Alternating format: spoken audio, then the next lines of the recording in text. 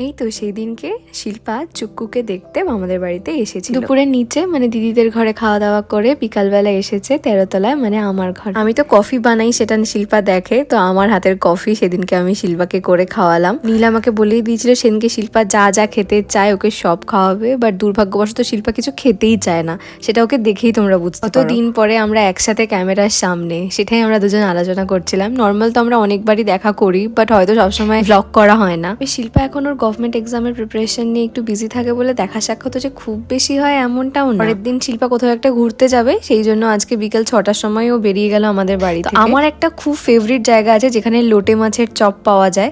আমি ভাবলাম ওখানেই ওকে নিয়ে যাই, আর ও আর আমি দুজনে মিলে লোটে মাছের একটা চপ খেলাম। সে এক হাতের তালুর থেকেও বড় সেই লোটে মাছের চপগুলো, দুর্দান্ত খেতে। তারপর একটা চিংড়ি মাছের চপও খেয়েছিলাম। ভালো চা শিল্পাকে এখানকার খাওয়ালাম। তারপরে কেউ চলে গেলেন আমার এত মনে দুঃখ হয়, কি বলবো তোমাদেরকে।